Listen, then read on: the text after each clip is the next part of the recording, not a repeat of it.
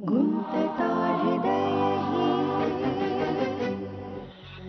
मला पाहिल्यावर तुम्हाला हाय व्होल्टेजचा शॉक लागला असे एक्सप्रेशन वाटतात तुमचे. नाही असं काही नाहीये. एकदम अचानक तुम्ही आणि आपली गाठ पडली ठकाठका ही मालिका चालूच आहे ना. एका क्लायंटलाच एंटरटेन करायला आलो होतो, आताच ते गेले. सो हो. काय झालं, असं काय बघताय? निघताय ना तुम्ही? तुम्हाला बाय म्हणायला थांबलोय. हो ओके. भैया जी बस रोको यहाँ पे. 5 मिनट रुकना मैम. विक्रम सॉरी अनन्या, मी तिथून निघालो कारण अभय दिसला होता. हो नुसता दिसला नाही, भेटला. मला नाईलाजाने निघावं लागलं तिथं. तुला दिसला का, काही बोलला? हो मला दिसला पण त्याने मला नाही बघितलं. मी फोन ट्राय करत होतो, फोनही लागत नव्हता. विक्रम मला लगेच घरी जावं लागेल कारण तू कधीही घरी पोहोचेल. मनिक या but not without giving your birthday gift.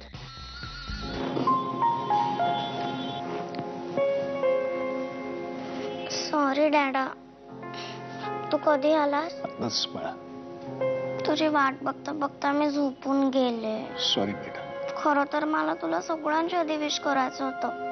आईच्या आधी, आजीच्या आधी, मावशीच्या आधी, सगळ्यांच्या आधी. आता किती वाजलेत? फक्त 12च वाजलेत. खरंच? Happy birthday डॅडा.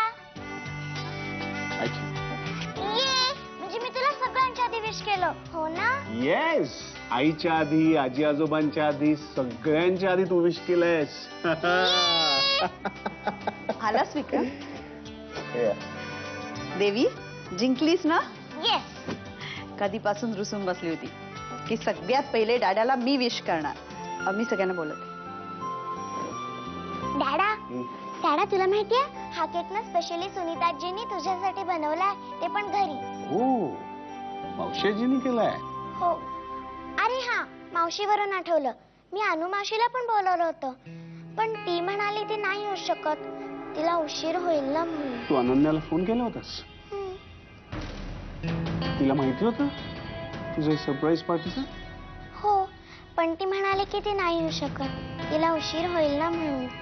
ती म्हणाली की तू डॅडाला माझ्या वतीने हॅपी बर्थडे विश कर, म्हणून डॅडा तिच्या वतीने पण हॅपी बर्थडे.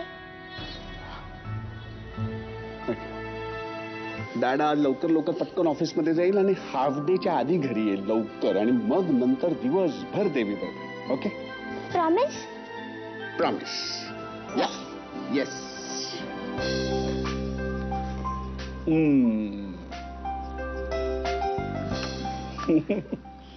ओके, निघू आता मी.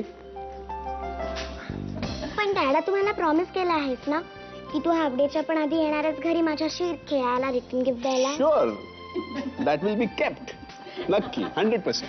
Bye bye bye. येतो. बाय.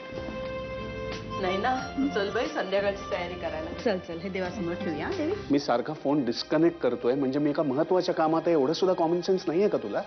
आय नो विक्रम, मला तुझ्याशी महत्वाचं बोलायचं आहे म्हणून मी तुला. मलाही महत्वाचं बोलायचं तुझ्याशी, आल्यावर बोला. अरे पण माझ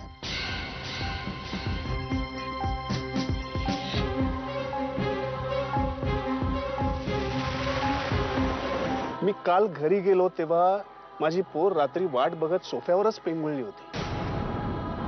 तुला माहित होतं की ती माझी वाट पाहणार आहे, तरी तू मला मुद्दाम सांगितलं नाहीस का? कारण काल रात्री तू 12 वाजता मला माझ्याबरोबर हवा होतास आणि रात्रभर मी तुला खुंटीला बांधून ठेवलं नव्हतं. नंतर गेलासच ना निघून, साजरा केलासच ना वाढदिवस, आणि आजही येताना गोड कौतुक करून घेऊन आला असशीलच.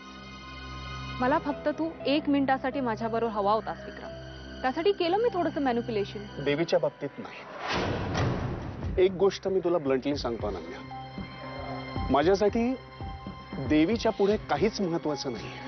तू नाहीस, नैना नाही, मी स्वतः सुद्धा नाही.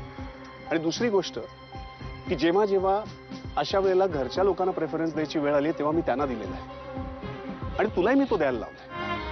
अनन्या, आजपर्यंत तू अनेक वेळा मला सांगितलंयस की आपलं नातं आपण संपूया, आपलं नातं संपूया, पण आज मी तुला सांगतो, देवीच्या बाबतीत जर पुन्हा असं घडलं ना तर खरंच आपलं नातं संपलं. मला याला उशीर झाला ना, तुम्ही सगळेजण जेवून घ्या. आणि तुला माहिती आहे तसंही रात्रीच्या जेवणामध्ये मला फारसा इंटरेस्ट नसतो. पण बाबा आज विक्रमचा वाढदिवस आहे ना, मी खास बेत केलाय. तू सुद्धा म्हणजे? मी सुद्धा केलाय. चल मी आलोच.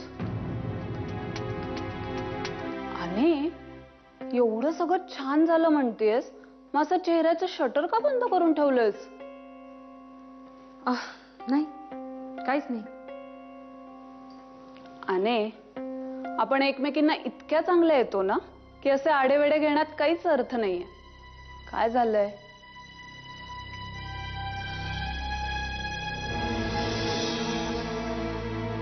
विक्रम आणि मी नको सांगूस, पुढचं सगळं कळलं.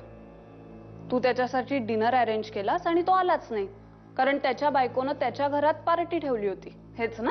तसं काहीही झालं नाही. आम्ही काल डिनरला गेलो होतो. तिथे अभय आला.